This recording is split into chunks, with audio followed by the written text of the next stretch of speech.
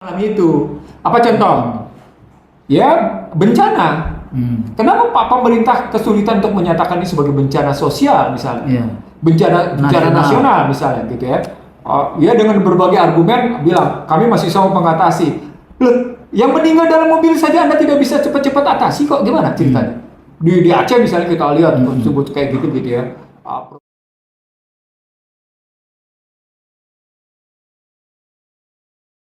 Bismillahirrahmanirrahim. Assalamualaikum warahmatullahi wabarakatuh. Waalaikumsalam warahmatullahi wabarakatuh. Kembali kita dalam program IC Daily Show Conversation to Scholars. Saya Khusn Maria dengan sahabat saya Dr. Iksanuddin Nursi. Alhamdulillah akhirnya 1 tahun sudah hampir habis ya. Iya. Tinggal beberapa hari lagi. Dan beberapa waktu kemudian kita akan masuk bulan Ramadan. Bulan Ramadan, pertengahan Februari. Kita menunggunya karena sekarang Februari sudah Ramadan gitu ya. Nanti juga bisa sebulan lagi ini. Kita tidak. Nah, kita menggunakan akhir tahun ini salah satunya jadi kembali lagi menundukkan kepala kita untuk mengevaluasi diri baik secara individu, secara kelompok maupun secara dalam kerangka berbangsa dan bernegara. Di mana sebetulnya dari mulai di awal-awal dulu rezim yang berkuasa PSGR, nah, saya sekarang nyebutnya PSGR gitu kan. Persatuan Sepak Bola Gresik ya. PSGR kayak gitu ya. Nah, karena kalau tidak disebut, dialah yang sebetulnya di dalam konteks itu rekrutmen tentang yang sebetulnya seringkali disebut anak haram konstitusi, tapi whatever disitulah. Dan kita juga sudah bisa melihat sejauh mana sebetulnya rezim ini bekerja dari mulai kalau secara politik ya. Lembaga pembantu presiden yang sangat bengkak kayak gitu, walaupun seringkali disebutkan pemerintah gendut ya, memang kalau pemerintah gendut itu kan persoalannya menjadi beban rakyat yang harusnya anggaran-anggaran itu untuk program untuk rakyat, tapi akhirnya untuk memfasilitasi kelembagaan di dalam konteks itu. Kita juga punya masalah dengan state auxiliary institution, kelembagaan yang auxiliary kayak gitu ya, yang di luar trias politika misalnya, yang seperti itu juga cukup banyak sekali dalam konteks itu, yang fungsinya itu bisa diffuse, bisa menjadi bagian nanti menyebabkan ya konflik antar lembaga kayak gitu. Kita masih ingat kalau dulu itu antara cicak dan buaya misalnya ya, kalau kita bahas tentang KPK. Tapi lembaga KPK sendiri juga isinya polisi dan kejaksaan kayak gitu ya. Yang dua lembaga di dalam konteks survei-survei yang ada selalu dikatakan dua lembaga yang paling korup kayak gitu ya. Selain nanti kalau politisi, DPR dan sebagainya. Tapi kalau ditaruh di rumah yang namanya KPK dianggap langsung malaikat. Yang kayak gitu-gitu ini juga menjadi persoalan. Nah, kalau di dalam konteks politik apa yang terjadi? Dari bahasan kita ya Bang Nursi, kalau kita membahas konstitusi ternyata ada isu kenapa misalnya kekuatan polisi ini luar biasa dari menguasai struktur negara sebetulnya ya, karena sampai tingkat polsek, tingkat sampai desa, tapi pada saat yang sama juga struktur pemerintah daerah yang karena menterinya itu dulu Kapolri dalam konteks itu. Belum lagi ternyata ada berapa ribu posisi polisi aktif berada di lembaga-lembaga ASN yang kayak gitu. Nah, ini juga menjadi 4.300-an nih kalau nggak salah ya, dalam konteks itu. Bagaimana penguasaan polisi di lembaga-lembaga yang itu harusnya polisi tidak ada di situ. Nah, jadi ini juga persoalan. Ternyata setelah kita bahas, kita diskusikan, ini juga ada persoalan konstitusi. Karena fungsi polisi adalah mengayomi, melindungi, melayani rakyat. Melayani itu kan ASN. Itu karena itu fungsi negara. Iya. Dia cuma membantu saja, bukan melayani persi dalam konteks itu. Makanya konflik apapun dilaporkannya ke Bareskrim, katanya kayak gitu. Konflik apapun, padahal bisa saja konflik itu adalah internal dari lembaga kementerian tertentu, misalnya ya. Kalau saya dulu di KPU ya mestinya ada internal KPU yang kita menyelesaikan masalah-masalah birokrasi kita. Nah itu kalau dari politik, dari kelembagaan, dari aktornya sendiri, ya konflik nanti antara bagaimana sebetulnya sekarang ini dengan kasus bupati mana ya yang mau diberhentikan karena dia Aceh Selatan. Aceh Selatan. Ya. Tapi sebetulnya yang namanya pemerintah kementerian itu nggak bisa secara ilmu politik ya, nggak bisa langsung mem-PLT-kan.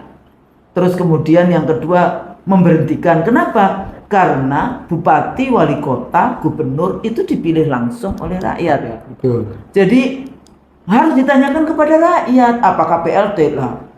Menjelang 2004 itu ada 277-an kepala daerah yang di PLT-kan oleh Kementerian Dalam Negeri yang sebetulnya akhirnya dia menjadi timnya untuk pemenangan yang seringkali saya sebut sebagai an electoral kudeta melalui elektoral, sepertinya itu demokratis, sepertinya ini, tapi sebetulnya hanya untuk meyakinkan bahwa seleksinya dia, nah, dalam konteks ini pilpresnya, wakil presiden anaknya presiden itu menang atas nama popular vote.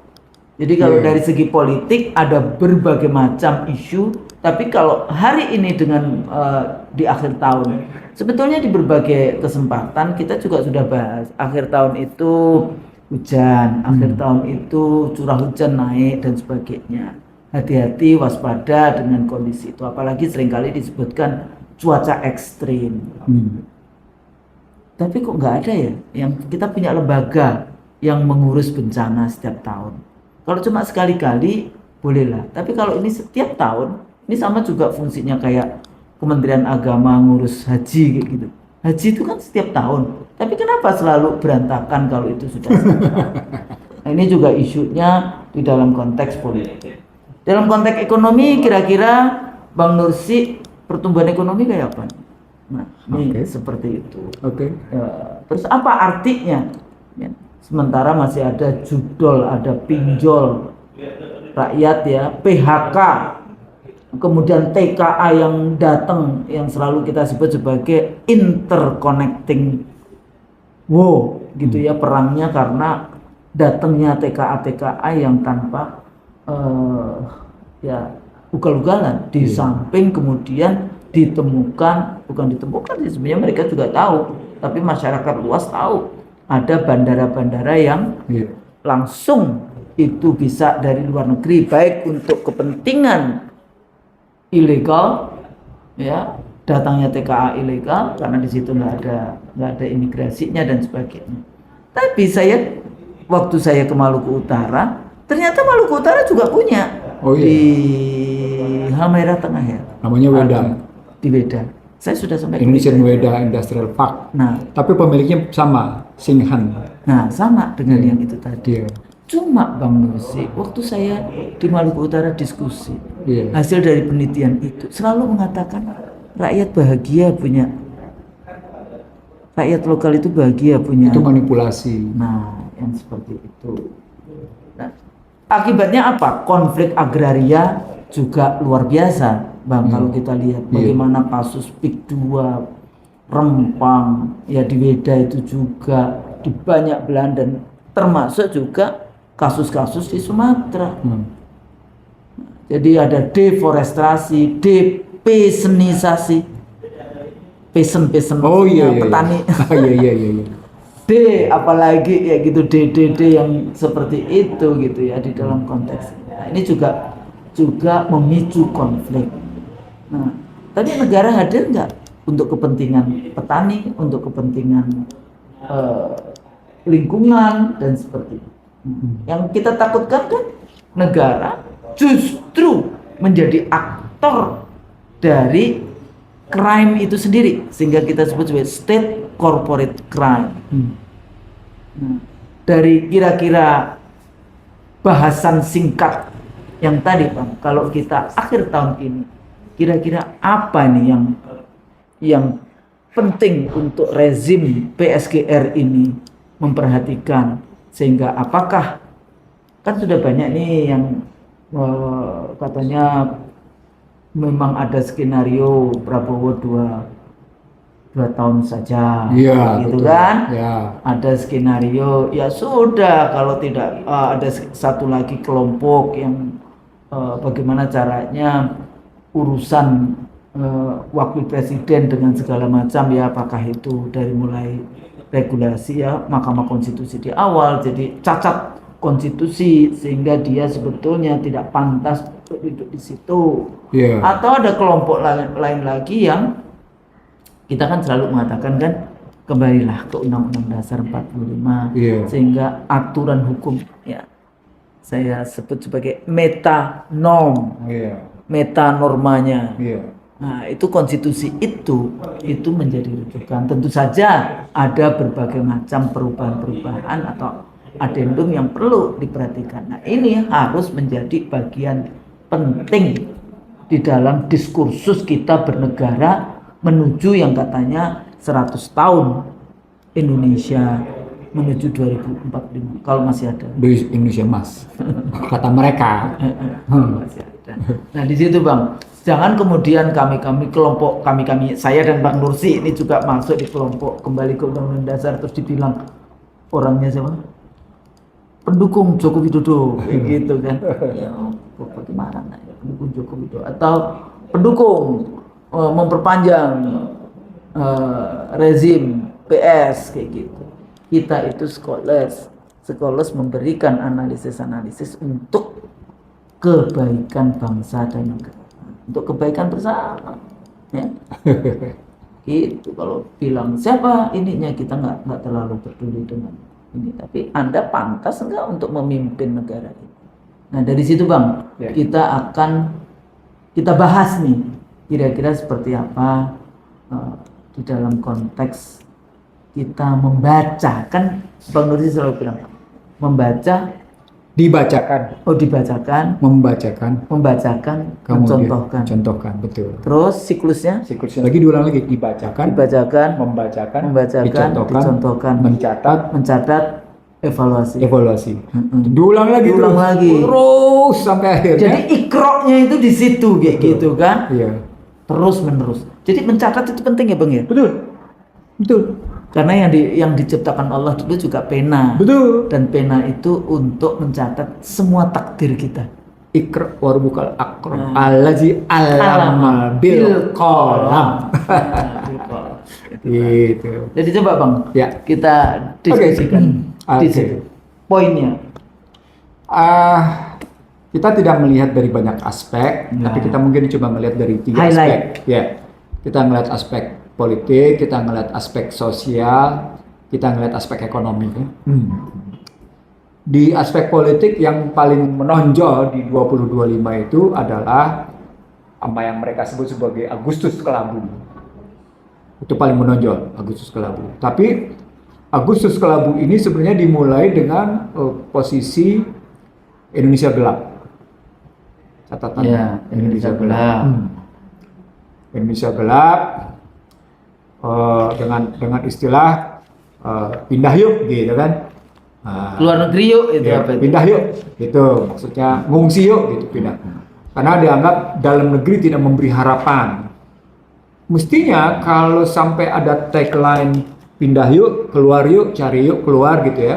Sampai ada pejabat bilang sana keluar, emang bisa cari kan gitu kan. Mestinya tidak direspon begitu. Mestinya mereka meresponnya sebagai seorang pejabat yang bijaksana yang amanah konstitusinya memerintahkan kepada yang bersangkutan untuk menciptakan lapangan kerja. Bukan kepada orang asing, tapi kepada warga negaranya. Artinya ucapan dia itu bilang sana pergi, emang bisa apa di luar? Itu membuktikan betapa dia bukan sekedar tidak memenuhi sumpah jabatannya, tapi dia tidak mengerti akar persoalan. Jadi bukan sekedar dia menyalahi sumpah jabatannya, tapi dia tidak mengerti akar persoalan. Itu kalau dilihat dari aspek bagaimana politik hukum tentang penciptaan lapangan kerja.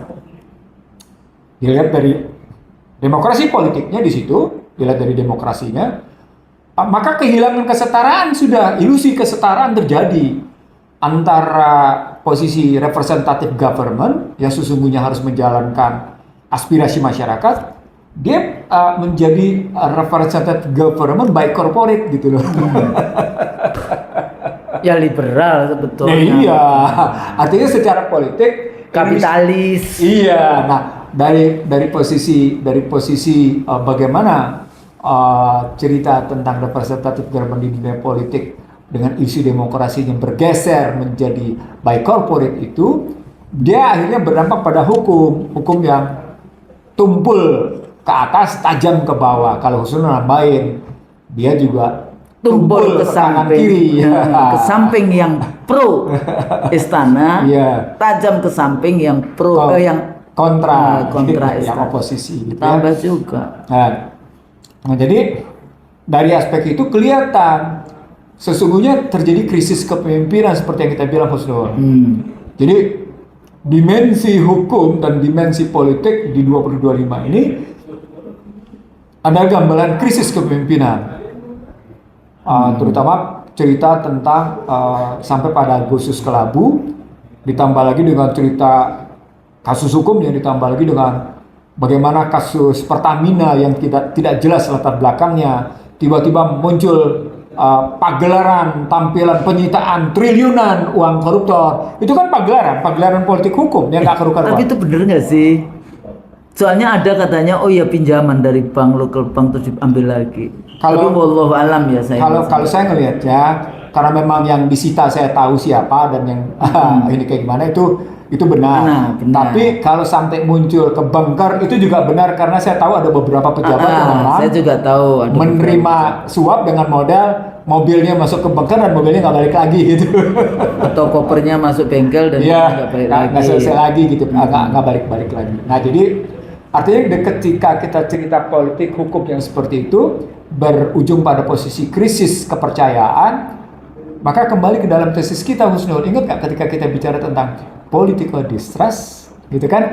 Political disorder, political disobedience.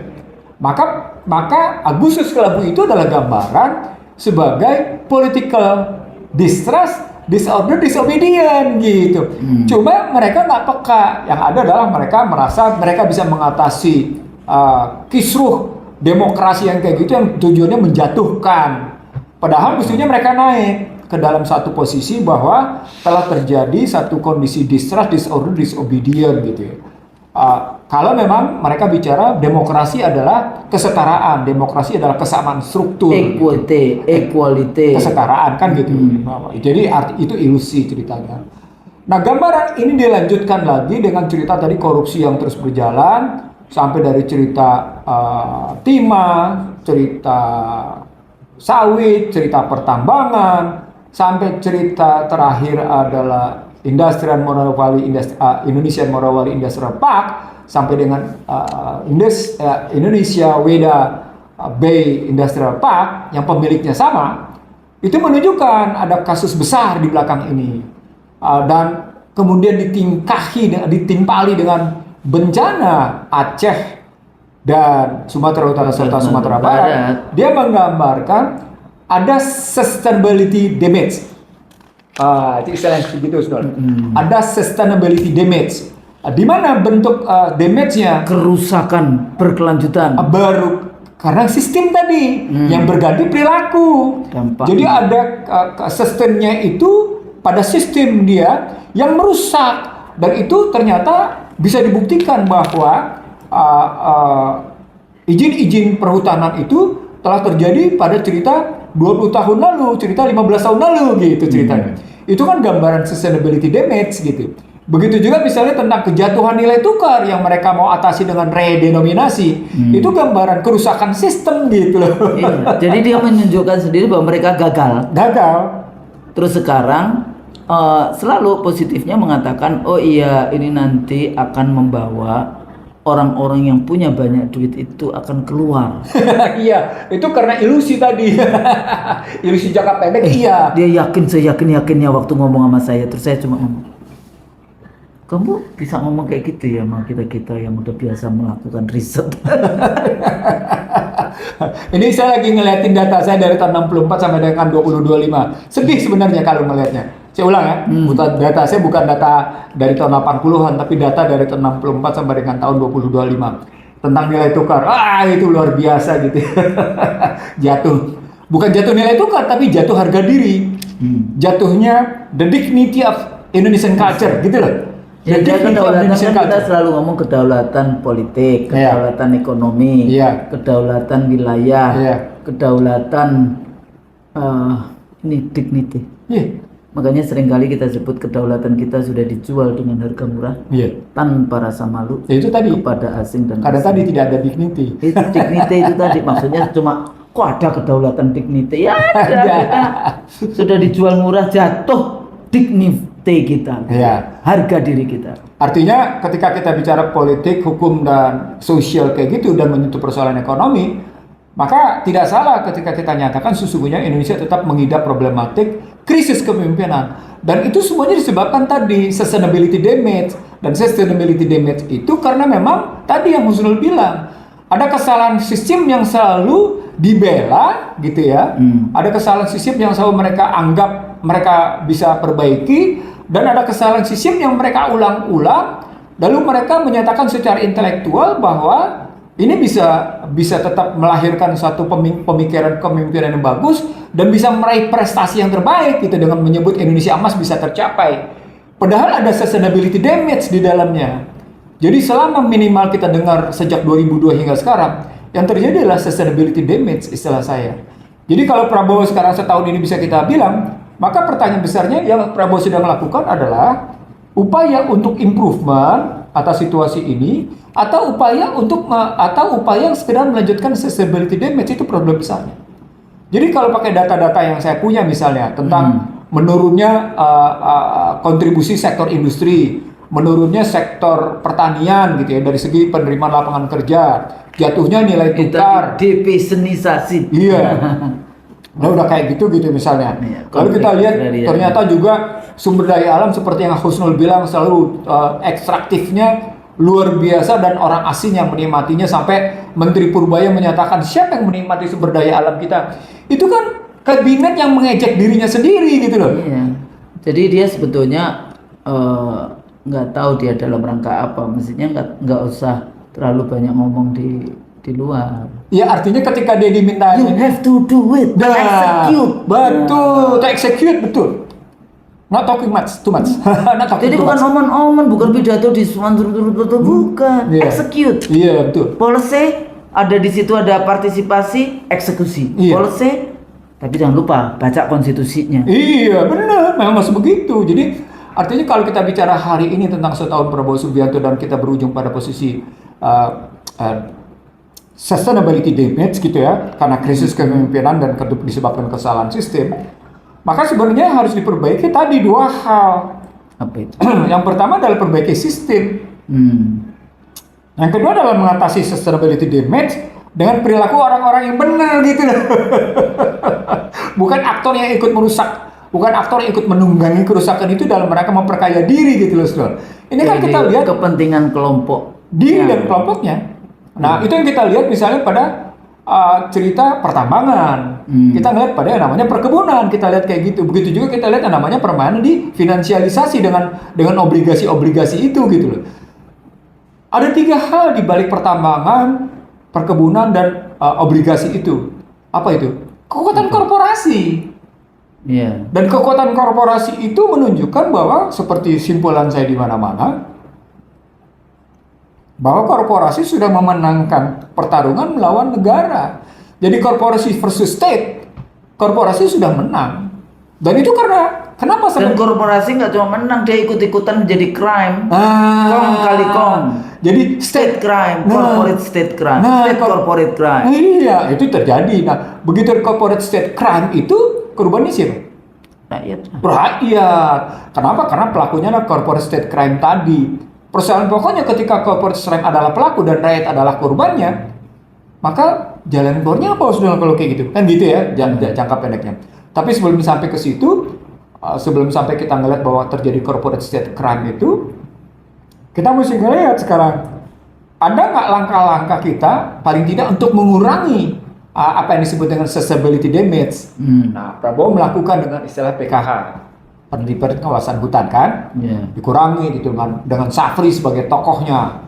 Wah, maka terjadilah di kejaksaan perdebatan juga. Iya. Safri mengatakan ini ada negara dalam negara, kasus IWP itu. Iya. Yang satu jenderalnya enggak kok, ada undang-undangnya, sudah ditandatangani resmi. Ya, itu tadi yang satu pendekatan lisensi, itu esensi namanya. Esensi, substansi, yang satu pendekatan, yang melawan pendekatan substansi. Ya udah begitu jadi jatuhnya beda banget gitu. Cuma pasal-pasal. Iya. Makanya seringkali saya sebut ada sistem jahat dunia.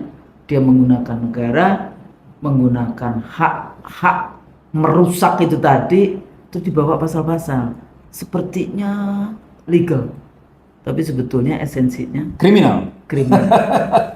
Loh, Husnul, itu bukan hanya terjadi di Indonesia. Oh iya, terjadi sama di panggung dunia juga. Di panggung dunia memang begitu. Dibawa konvensi-konvensi. Oh iya benar, ya benar. Political economy. Perempuan, ada konvensi perempuan segala. Makanya orang protes, ngapain ada PBB kalau ternyata hak itu nggak bisa dicabut gitu misalnya. Ngapain? Dan nggak ada perubahan. Nggak ada perubahan apa-apa gitu. Contohnya begitu. Kenapa PBB adalah ilisi semu tentang pengaturan dunia gitu. Itu menarik tuh kalau saya berdebat sama AI tentang peranan PBB, tentang peranan IMF, WTO, Sekjen dan Dewan Keamanan. Itu seru tuh Husnul. Karena saya bisa membuktikan betapa negara-negara pemilik veto terutama Amerika itu selalu menerapkan multiple suitable standard gitu. Bukan double standard lagi, tapi multiple suitable. Bukan double. Tapi multiple suitable standard. Jadi standar suka-suka dia kalau yang sesuai dengan dia. Iya. Nah, begitulah penguasa di Indonesia, multiple suitable standard juga. Kenapa? Karena pasal 6A ayat 2 Undang-Undang Dasar 2002, calon presiden dan calon wakil presiden diusulkan oleh satu partai politik atau gabungan partai politik yang dipilih dalam pemilihan umum langsung. Orang tidak melihat bahwa ini adalah sumber masalahnya itu di situ gitu, sehingga melahirkan apa yang disebut dengan I am the law, I am the king. Keproduk I am the law, I am the king adalah politisasi, kriminalisasi, komersialisasi. Sesungguhnya ketika mau bicara tentang penerbitan kawasan hutan tidak perlu juga dipolitisasi sebagai eksekutif itu seperti yang sudah bilang dalam rangka menegakkan konstitusi. Karena memang perintahnya adalah pasal 33 ayat 3. Kan gitu ceritanya. Mau diambil begitu gitu ya. Lalu kalau memang kita mau cerita tentang bagaimana mengkomersialisasikan masyarakat, tidak perlu bicara juga soal MBG, tidak perlu juga bicara soal bagaimana sekolah gratis. Penuhi saja amanah konstitusi, bagaimana mencerdaskan dan menyejahterakan dengan pola-pola kebijakan yang tidak menimbulkan kebocoran dan kegaduhan gitu loh. Apa poinnya? Poinnya adalah setiap politik berbasis liberal, maka setiap kebijakannya pasti menimbulkan kegaduhan, apalagi di era digital. Nah, di era digital itu orang akan merasa serba tahu, orang akan merasa serba setara, orang akan merasa serba bisa menyampaikan sesuatu tanpa punya kedalaman atas apa yang dia pikirkan, tanpa punya kedalaman atas apa yang dia sampaikan. Misalnya langsung maki-maki, misalnya tentang menyampaikan sesuatu misalnya. Contoh begini, contoh sederhana begini. Ya sudah, MBG itu cukup aja diganti dengan yang namanya uang, tidak perlu makanan. Dia lupa bahwa gagas dia itu adalah gagas Bank Dunia ketika Bank Dunia bermaksud membungkam masyarakat dalam rangka menaikkan harga energi. Kebayang nggak? Itu dikasih apa poinnya? Itu kan menyuap artinya. Membungkam duit masyarakat, membungkam media, membungkam kaum kritis gitu ya. Dan itu juga, tapi sekarang selalu kalau kita ngomong tentang MBG selalu dikatakan, oh kasusnya kan 1000 sekian kayak gitu ya, dari sekian gitu kasus. Statistik approach itu. Nah, ya kan statistik itu bisa menipu juga. How to lie with statistik? How to liar. Bagaimana kita itu berbohong dengan statistik, angka-angka. Nah, itu contoh misalnya. Atau kita contoh lagi misalnya, katakan kebijakan luar negeri two-state solution gitu loh misalnya. Kelihatannya manusiawi gitu loh. Oh iya. Kelihatannya manusiawi. Padahal itu kan manusiawi justru. Sangat tidak manusiawi gitu ya. Nah, hal-hal begitu yang pastinya kita menjadi pencerdasan kita melihat bagaimana perkembangan pemerintahan, perkembangan lingkungan nasional, lingkungan regional, lingkungan internasional kita. Yang paling mendasar lagi selain kemudian yang terjadi adalah sustainability damage, dan itu juga dilakukan oleh Amerika misalnya terhadap Amerika Selatan, misalnya terhadap Venezuela, terhadap Honduras, terhadap Kolombia, lalu juga mencoba untuk masuk ke kawasan Uni Eropa dengan sikap Eropa salah sendiri dan Eropa harus menangani diri sendiri gitu. Maka kelihatan sesungguhnya dunia memang dalam posisi krisis kepemimpinan dunia, Husnul. Jadi bukan nggak ketemu ya, ada maksudnya dalam level lokal, level apa namanya nasional, level regional dan internasional, global. Iya, global itu gitu. ketemu tuh. Jadi ada artinya dunia memang sedang mengalami disrupsi, dunia sedang mengalami VUCA, lalu kemudian dunia sedang mengalami flux tadi posisinya. Manusia diminta untuk demikian cepat beradaptasi, cepat mengadopsi, tapi pada saat yang sama manusia harus tetap punya pengalaman menghadapi gelombang-gelombang besar itu sehingga tetap bisa survive, Husnul. Nah, persoalan besarnya ini gelombang besar perubahan ini di wilayah mana secara akademik? Di wilayah instrumentasi, di wilayah fungsi, di wilayah strategi, di wilayah kebijakan, atau di wilayah nilai. Kalau kita ambil begitu, kan nilai, kebijakan, strategi, fungsi, atau instrumentasi. Ya dihitung saja nilai anggap Pancasila. Ya, sudah selesai. Ya, kena. Terus policy, kebijakan. Ada nggak musyawarah? Nggak ada. Selesai. Udah selesai. Elitis negara nggak peduli untuk kepentingannya dia sendiri. Terus di wilayah strategi dalam rangka mencapai pertumbuhan, padahal teori tentang pertumbuhan tadi yang Husnul bilang trickle up bukan trickle down. Trickle up bukan trickle down. Atau rakyat senengannya diganti rugi, nggak ada ganti untung. Atau bahasa lainnya rakyat cukup disuap dengan BLT. Dengan BLT atau kemudian biasa kan dikasih yang MBG dan tadi. Terus fungsinya cuma minimal bobokan. Instrumennya itu tadi pragmatis, short gitu kan. Jadi bukan satu generasi ke depan atau dua generasi ke depan ya, sustainable ininya, berkelanjutannya. Terus terakhir tadi apa? Nah, fungsi instrumentasinya berantakan juga. Jadi kan kalau kita pakai runtunan berpikir konsisten, koheren, koresponden atas 5 hal tadi, maka nilai harus konsisten dengan kebijakan harus nilai dengan konsisten dengan yang namanya strategi harus konsisten dengan yang namanya fungsi harus konsisten diterapkan dalam instrumentasi atau teknologi atau inovasi, sehingga hidup terbimbing untuk melakukan apa yang disebut dengan continuous improvement. Nah, di situ kita melihat ternyata kita punya pikiran, tapi pikiran kita selalu tidak menjadi petunjuk atau menjadi pedoman dalam kita menekuni sesuatu, Husnul. Apa poinnya? Kita mengkhianati pikiran dan kalbu kita sendiri, Husnul. Kita mengkhianati pikiran dan kalbu kita sendiri. Hanya untuk kepentingan? Hanya untuk kepentingan jangka pendek. Jabatan, kepentingan uang, kepentingan. Ada hawa nafsu di dalamnya. Ada hawa nafsu di dalamnya. Nah, kalau sudah bicaranya begitu, jelas itu yang disebut dengan cinta dunia. Jadi memang tadi yang Husnul bilang, ternyata secara global kita memang mengalami krisis tadi karena dunia memang telah mengajarkan bagaimana mencintai dirinya. Nah, poinnya berarti salah pembelajaran dunia. Jadi global learningnya, international learningnya, saya menggunakan konsep OECD. Eropa atau ini? Enggak, dua lembaga pendidikannya PBB. UNICEF. Nah, kalau gunakan konsep UNICEF, di situ pembelajaran publiknya jadi wrongdoing gitu loh. Ada kesalahan dalam melakukan pembelajaran konsep dunia di situ. Kan dia pernah bilang ada public goods internasional, ada public services internasional. Yang kalau diterjemahkan lebih lanjut, mestinya korporasi tidak bisa masuk di wilayah itu. Mustahil korporasi bisa terlibat di dalam public goods internasional atau di public goods public services internasional gitu.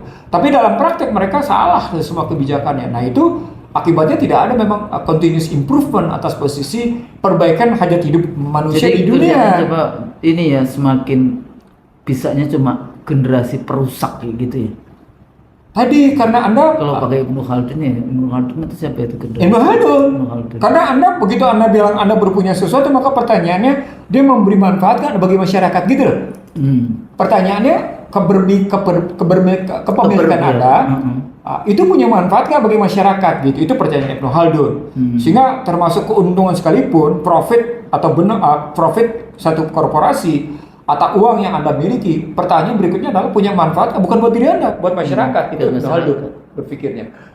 Poinnya adalah ketika kita saksikan yang terjadi adalah saling serakah, berlomba dalam keserakahan, greedy is good, maka ya akhirnya bukan continuous improvement, tapi damage continuous gitu, continuous damage. Itu makanya kita sebut tadi sebagai sustainability damage.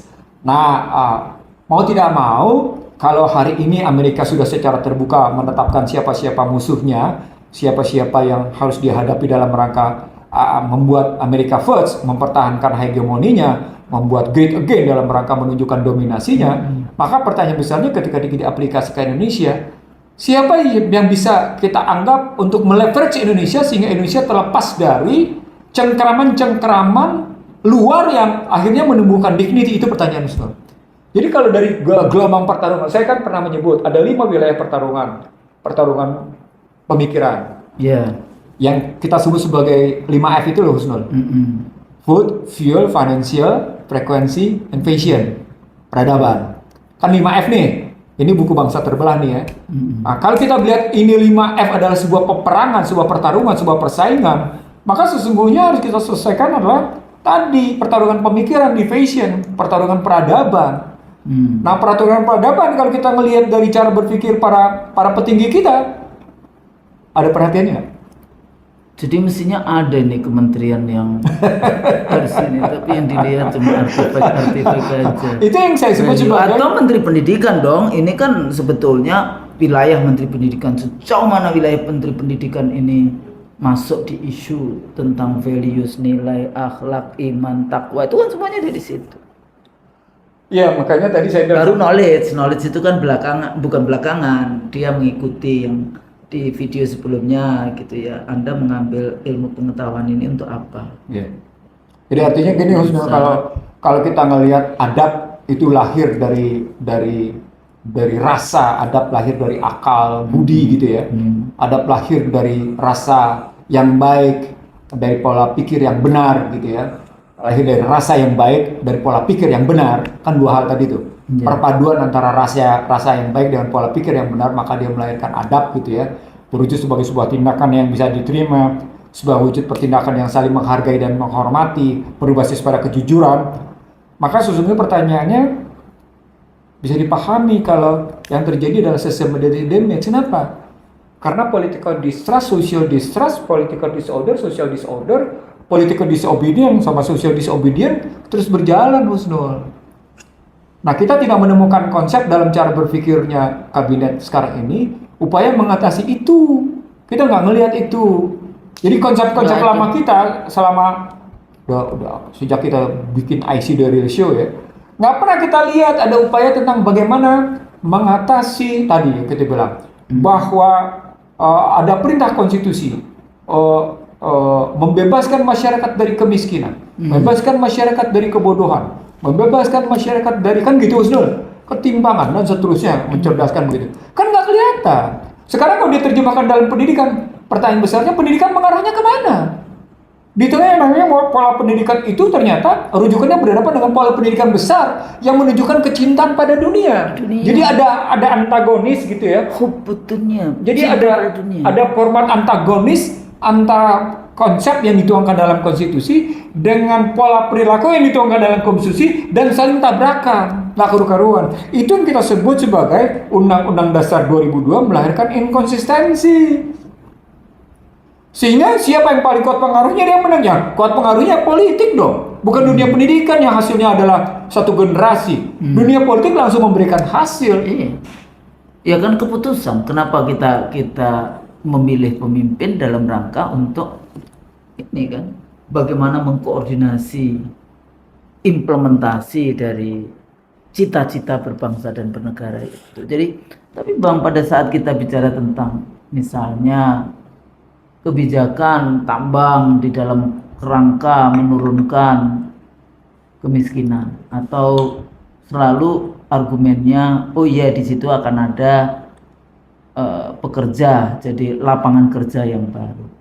Tapi berapa yang dihilangkan dari sumber daya alam dan berapa yang kemudian growth ya dari kesejahteraan itu? Atau biasanya Bang Nursi juga menghitungnya secara ekonomi.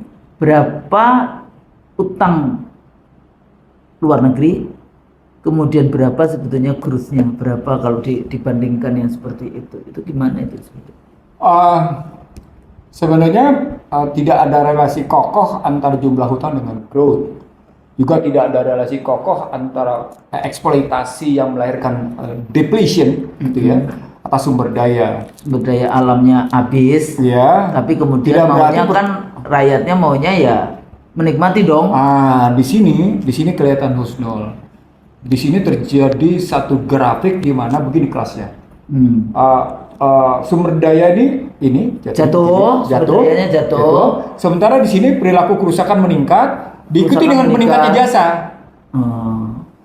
Jadi di sini berjalan industri dengan ini sumber daya menurun, di sini jasa meningkat, tapi kerusakan juga meningkat. Apa poinnya? Kerusakan nilai-nilai, Kerusakan nilai itu hancur, nanti negaranya hancur, hilang kayak gitu loh. Persoalannya. Itulah yang dicontohkan sekarang Amerika. Jadi kita kan biasanya itu kiblatnya itu Amerika itu udah gagal dalam konteks itu.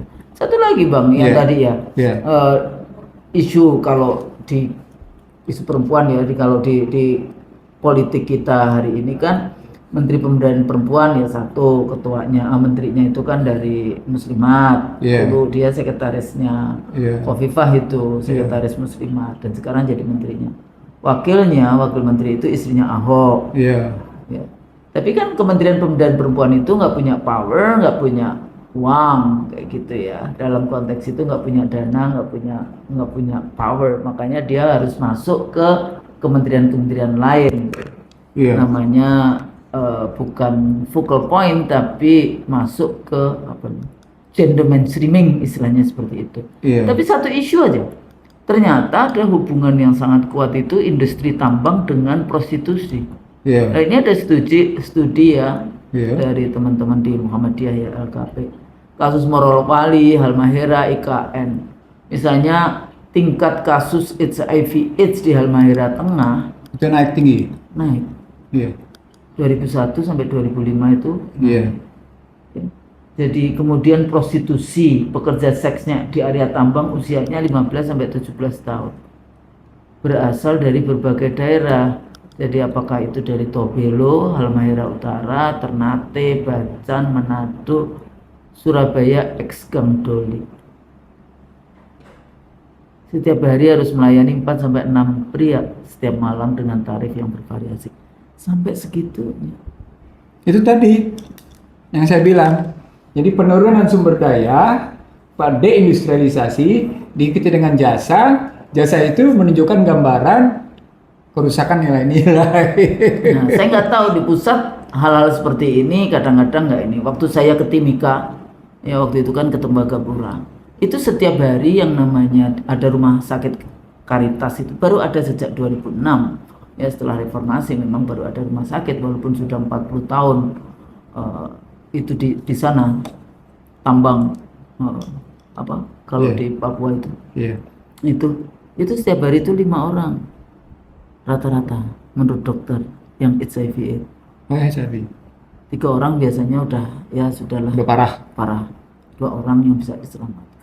Nah, dalam konteks itu negara hadir nggak? Papua itu berat kalau bicara tentang HIV. Dulu ada film dokumenternya Australia untuk yang ke arah situ. Nah, itu isu yang di satu sisi tadi ya, industri tambang, ekstraktivisme resources. Tapi ikutan yang negatifnya juga luar biasa masuk ke sana.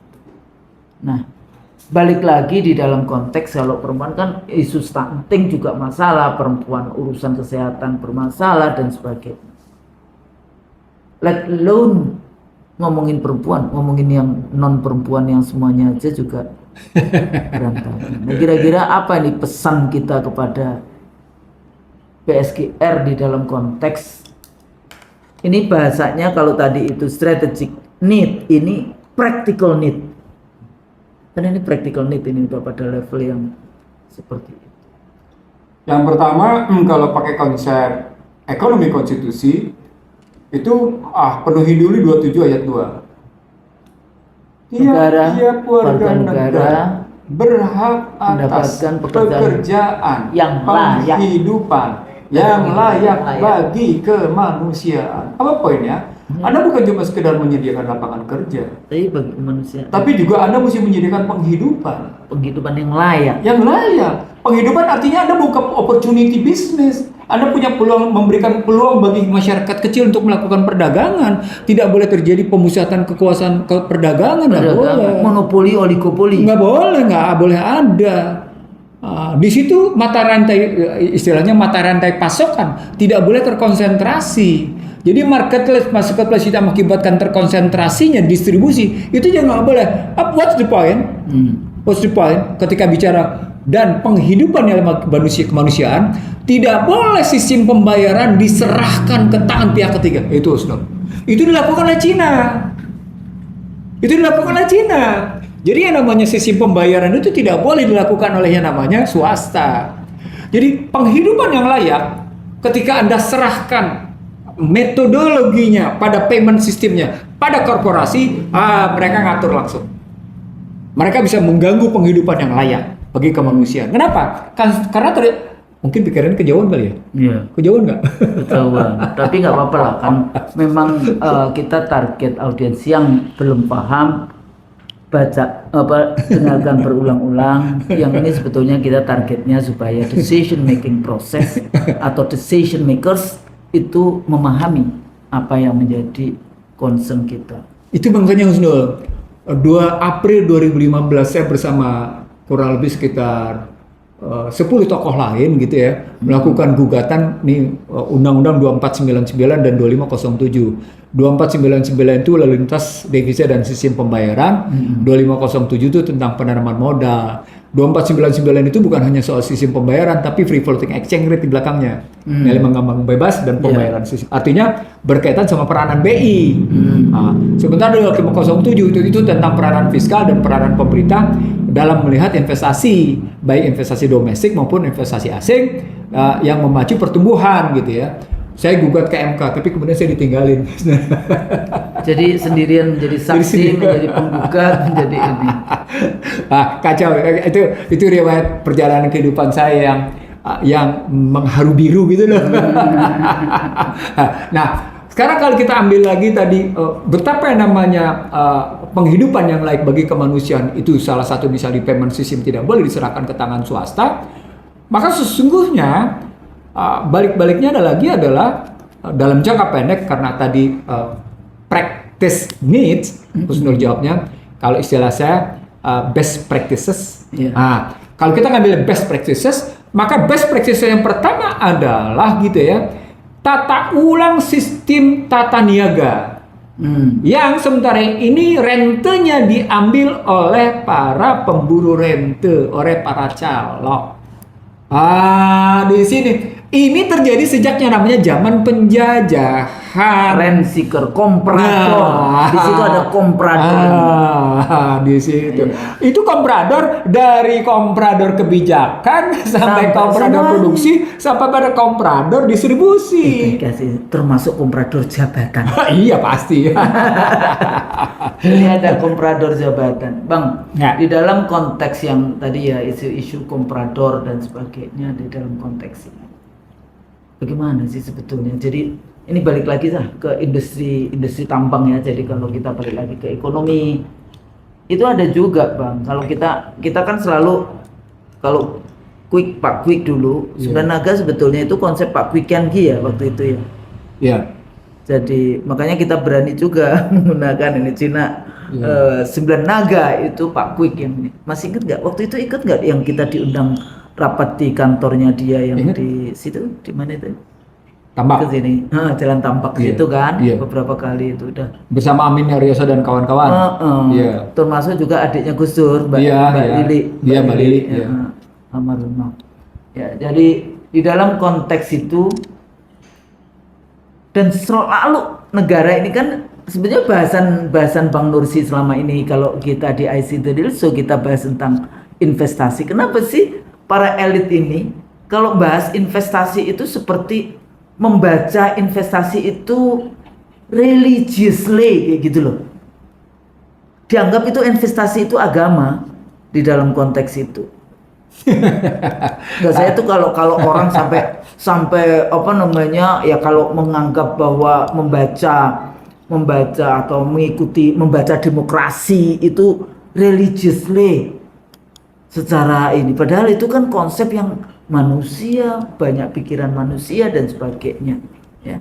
Nah, dalam konteks itu akhirnya kebijakan negara dari tambang-tambang yang diberikan kepada ormas-ormas agama ini sudah jalan belum sih? Sudah. Kan di NU sudah menimbulkan kekisruhan internal. Jadi selain resource grabbing, sea grabbing, land grabbing, ini holy grabbing juga. Iya.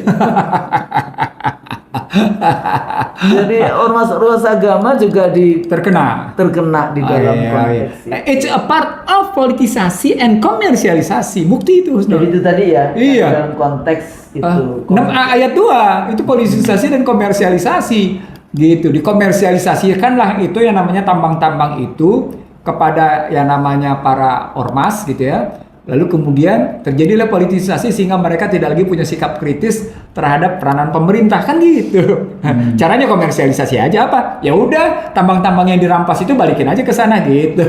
Itu Bang, termasuk juga kemudian mereka itu ya inilah agama ya. Jadi kemudian diumrohkan. Dan ini di Halmahera juga begitu Itu CSR sebenarnya Husnul. Itu bagian dari suap yang saya sebut sebagai orang ibaratnya gini. Mereka ngerampok bertonton yang dikasih Anda cuma setetes 2 tetes gitu. Itu ceritanya begitu. Nah, itu kesalahan model neoliberal Husnul. Betul. Karena mempercayakan seluruhnya total pada korporasi, pada swasta. Gitu. Itu Chicago Boys. Iya benar. Pertengahan 80-an. Jadi liberalisme dengan kemudian neoliberalisme. Desentralisasi, kemudian privatization, Thatcher right, Reaganite, ya Thatcher dan Reagan. Nah, cuma persoalannya di dalam konsep neoliberal itu sendiri, Bang. Iya. Yang saya sering kali jangan sampai ini Sri Mulyani kayaknya bacanya belum tamat juga.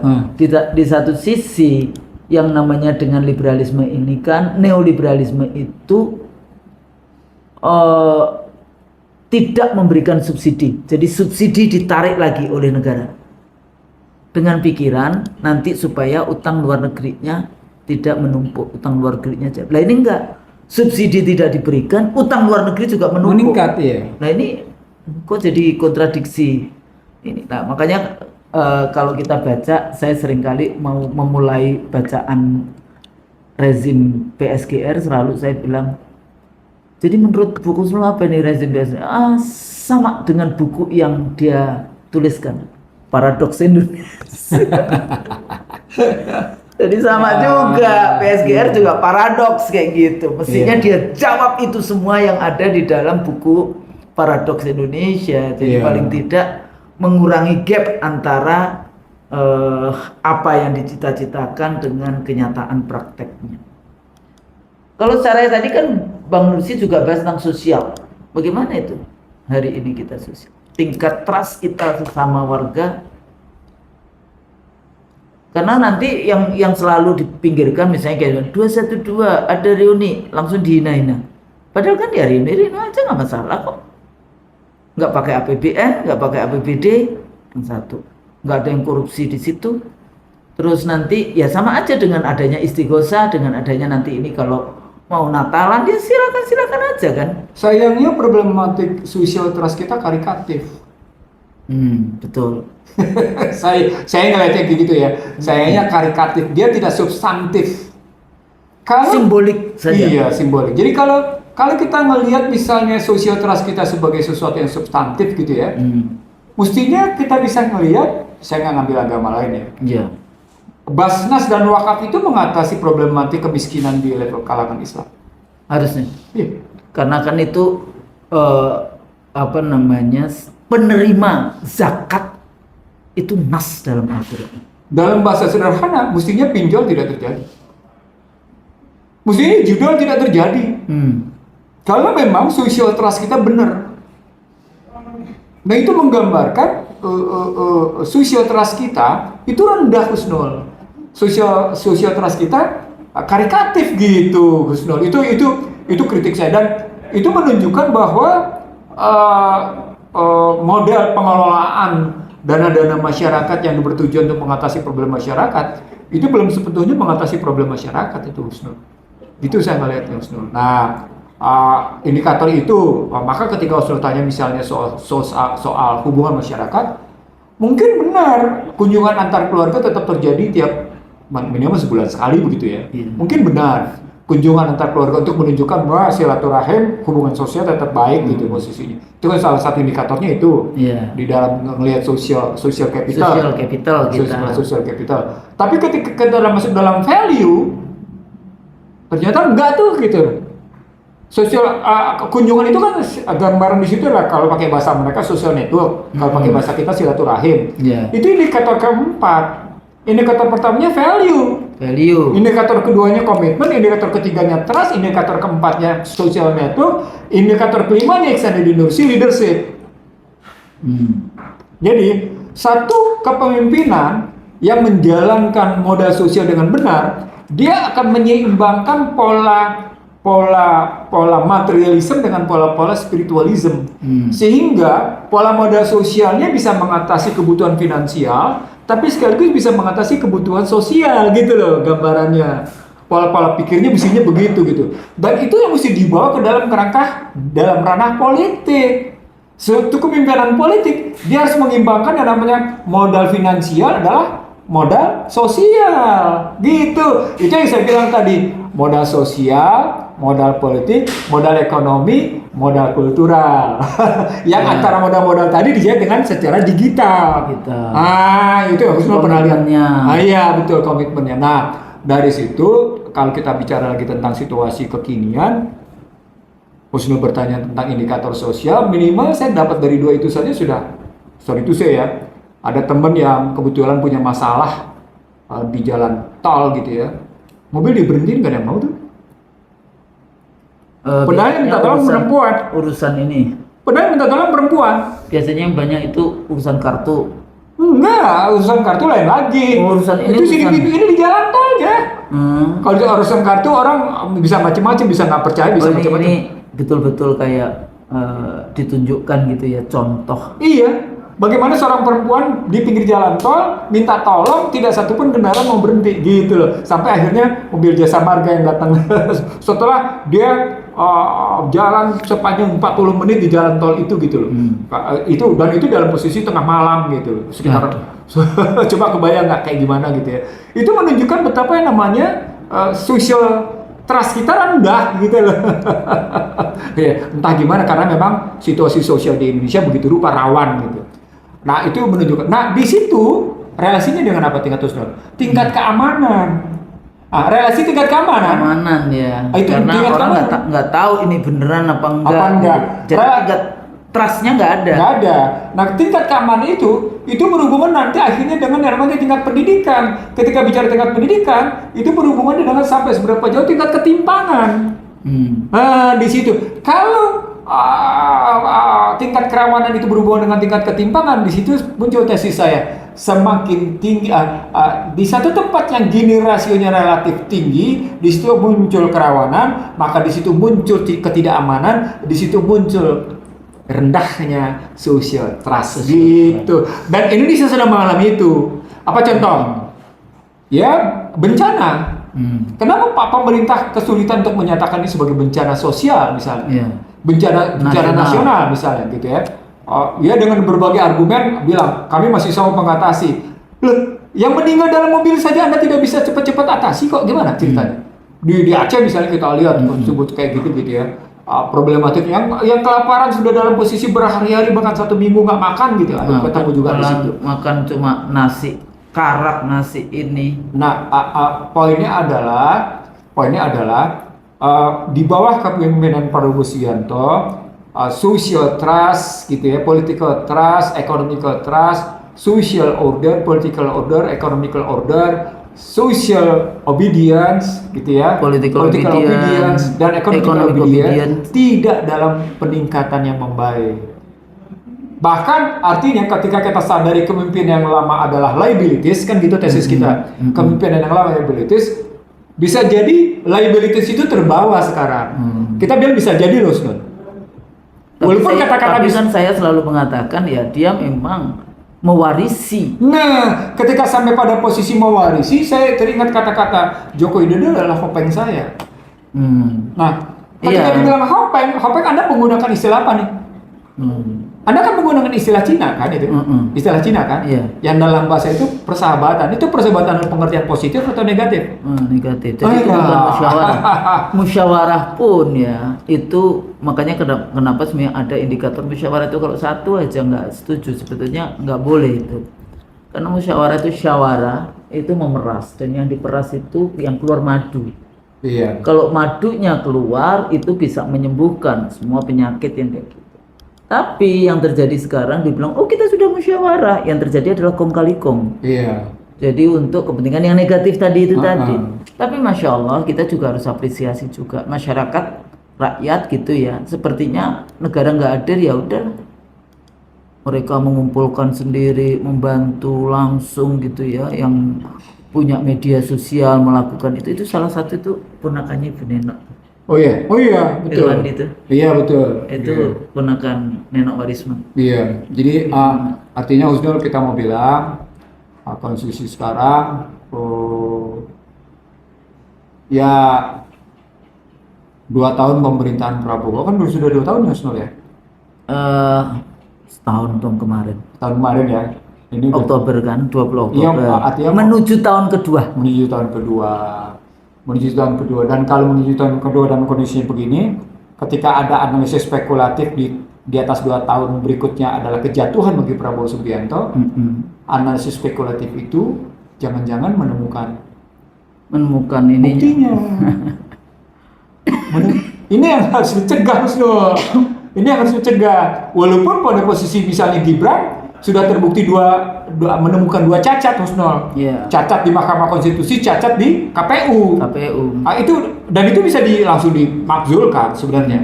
Jadi cacat di Mahkamah Konstitusi, cacat di KPU itu membuktikan bahwa memang Gibran sudah bisa langsung dimakzulkan sebenarnya. Saya kadang-kadang mendengarkan bukan komentar ya, jawab bacaan KPU misalnya. Kenapa kok informasi ini ditutupin kayak gitu? Oh dia termasuk ini dikhususkan, spesialkan kan ijazah itu loh, itu ada yang ditutupi kayak gitu.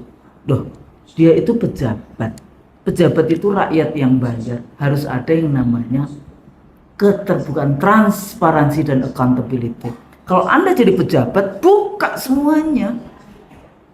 Dulu zamannya Soeharto itu kayak gitu sih. Jadi poinnya gini Husnul, sejak Joko Widodo berkuasa hingga hari ini sebenarnya dulu zaman SBY saya menyebut good corporate governance itu sebagai omdo. Kalau di era Joko Widodo itu mimpi saya nyebutnya. Kalau di era Prabowo saya menggunakan istilah pinjamnya omon-omon. Dia sendiri yang ngomong-ngomong. Iya, jadi artinya kita jangan pernah bicara tentang good corporate governance, karena pada hakikatnya itu cuma sekedar omon-omon. Dan dalam kasus Gibran, dalam kasus Joko Widodo sendiri, omon-omon itu menjadi kenyataan gitu. Jadi kejujuran itu, ya itu tadi, hilang, dia melahirkan modal sosial itu hilang. Jadi begitu tidak ada trust di dalamnya karena tidak ada kejujuran, maka dia merontokkan atasnya itu, merontokkan komitmennya, merontokkan nilainya, ke bawahnya dia merontokkan silaturahimnya. Nah, ke bawahnya dia mendegradasi, mendebat gitu istilahnya, atau menggerogoti kepemimpinan Gus Dur. Ya. Nah itu perjalanan yang selama ini kita dapat. Sehingga kita juga bisa shutdown government juga dalam konteks yang berbeda dengan model shutdownnya governmentnya Amerika ya dalam konteks itu. Saya kira gitu sebenarnya itu ya. Ya. Jadi mudah-mudahan itu kan bacaan. Iya. Dari hasil meneliti, dibacakan, dicatat, terus dievaluasi. Silakan dan disampaikan lagi. Nanti juga begitu. Terus jadi, siklusnya begitu. Dan itu dalam kerangka untuk kebaikan kita semua ya. Jadi ada buku trust, masih ingat nggak buku yang fenomenal trustnya Francis Fukuyama? Oh iya betul. Yang kemudian dia menulis buku The Great Disruption. The Great Disruption. Itu semuanya ngomongin the Great Disruption. Tapi pada dasarnya kalau kita kembali lagi ke Pancasila, kembali lagi kepada tujuan kita bernegara, melindungi segenap tumpah darah Indonesia. Mencerdaskan dulu atau mensejahterakan dulu? Kalau pakai alinea 4 dia menyejahterakan dulu. Mensejahterakan baru mencerdaskan bangsa rakyat Indonesia. Jadi bukan saya selalu ngomong sejahterakan rakyat Indonesia, bukan rakyat Cina, bukan rakyat Vietnam, bukan rakyat India, bukan rakyat Australia, Amerika gitu. Baru mencerdaskan kehidupan bangsa. Baru kemudian kita ikut di dalam ketertiban dunia, keadilan sosial dan seluruhnya seperti itu. Nah, kalau kita kembali lagi kepada cita-cita para pendiri bangsa, sebetulnya Masya Allah ya dalam konteks itu. Tapi kalau menjadi cita-citanya menjadi pemimpin hanya untuk memperkaya diri sendiri, nah itu kalau saya biasanya gunakan memperkaya diri sendiri, suka menipu rakyatnya, itu bukan negara dalam artian al-Madinah, al-Fadilah, membuat rakyat bahagia, tapi al-Madinah Abdullah, negara sesat yang pemimpinnya suka menipu rakyatnya. Mudah-mudahan ini menjadi pelajaran kita semua. Siapapun nanti, saya akhir semester kemarin minggu yang lalu bilang kepada mahasiswa saya, ingat, selama satu semester bersama saya, ingat satu saat kalian akan mengurus republik ini, maka amanah itu menjadi sangat penting, jujur itu menjadi sangat penting. Jangan hanya memikirkan dirimu sendiri. Baca itu yang namanya konstitusi tadi ya, baca, dicatat, diteliti, dicatat, dilakukan, dan kemudian dievaluasi, diulangi lagi, dibaca lagi, membaca lagi, terus sudah seterusnya gitu. Saya pikir itu mudah-mudahan bermanfaat. Kalau kami ada kata penutup Gus. Apa? Tidak ada amanah tanpa iman. Nah, maksudnya ke sana. Tidak ada amanah. Artinya, setiap mereka yang menjalankan amanah tanpa iman, atau sebaliknya, tidak ada iman tanpa amanah, artinya apa? Artinya orang munafik. Masya Allah. Tapi bagi para aktivis yang ditersangkakan, yang dipinggirkan, dimarginalkan, sebagai aktivis, sebagai manusia, kita memang tidak boleh wala tahinu wala tahzanu antum a'launa mu'minun. A'launa itu kata kunci itu. A'launa. Iya. Kita ya, karena kita kalau yang orang mukmin itu ditinggikan derajatnya oleh Allah. Jadi nggak boleh sedih, nggak boleh takut. Saya pikir itu mudah-mudahan bermanfaat. Kalau kami salah, mohon maaf. Assalamualaikum warahmatullahi wabarakatuh. Waalaikumsalam.